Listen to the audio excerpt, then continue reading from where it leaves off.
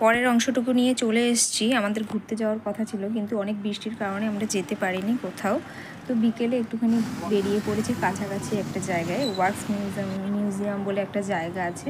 তো দেখো, এবার আমরা টিকিট কেটে ভেতরে ঢুকবো। ঢোকার প্রথমেই হচ্ছে গিয়ে একটা আমার কুপন বেঁধেছিল, মানে ওই ট্রাভেলিংই কুপন, তো ওটা পরে বলছি। তো দেখো, এন্ট্রি গেটে এবার আমরা টিকিটটা কেটে নিলাম, এবার ভেতরে ঢুকবো, সিকিউরিটি দেখিয়ে দিচ্ছে। তো দেখো, এখানে কিন্তু অনেক কিছু রয়েছে, মানে আমাদের পুরো ইন্ডিয়ার মধ্যে সব ধরনের সব কিছু রয়েছে এই ওয়াক্স মিউজিয়ামের মধ্যে।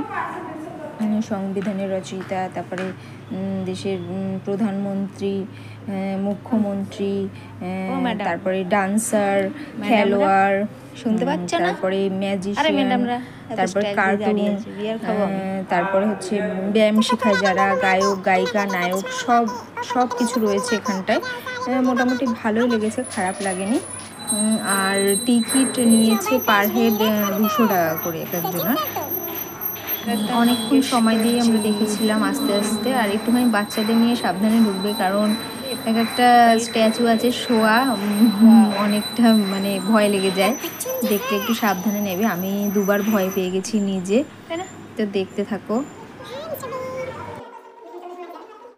এই তো আমাদের ছোটবেলার এই জাদু শক্তিমান।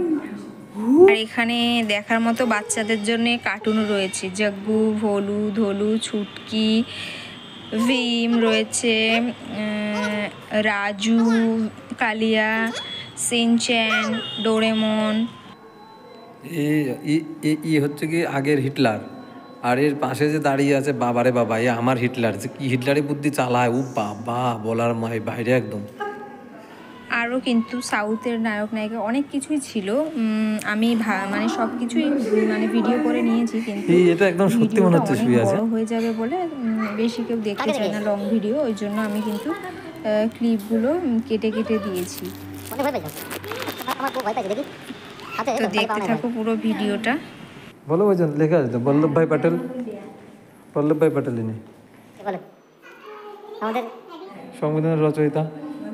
ভগবত সিং দেশের জন্য অনেক কিছু করছে, আমার মহারাষ্ট্রের খুব ক্ষমতাবান একজন ব্যক্তি।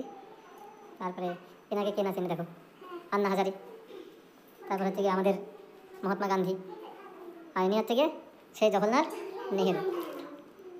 তো এবার আমরা ওয়াক্স মিউজিয়াম থেকে বেরিয়ে যাব, শেষ হয়ে গেছে দেখা। আমরা ম্যাকডোনাল্ডসে ঢুকবো, খাবার খেতে খিদে পেয়েছিল। তো এখান থেকে একটা বার্গার অর্ডার করেছিলাম আর পেপসি। তো এখানে অনেকক্ষণ আমি আর আমার বর সময় কাটিয়েছিলাম, একটুখানি গল্প করেছিলাম কি খাবো কি না রাতে, সেইগুলো নিয়ে ডিসকাস করছিলাম খেতে খেতে। তো আমার বর খাবার নিয়ে চলে এসছে। ভালোই লেগেছে বার্গারটা, খারাপ না, খুবই সুন্দর লেগেছে। তো খাওয়া দাওয়া করে এবার দেখতে থাকো কি হয়।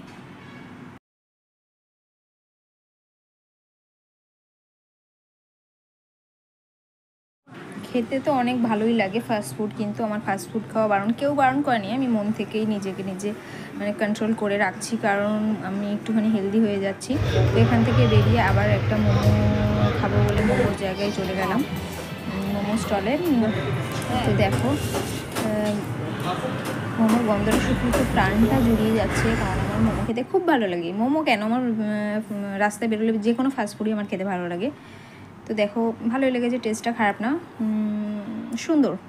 তো এইবারে এখান থেকে আমরা খেয়ে দিয়ে বেরিয়ে পড়বো। আর আমরা কিন্তু রাতের খাবারটাও বাইরে থেকে কিনে নিয়েছি। তো এবার আমরা রুমে ঢুকে যাব।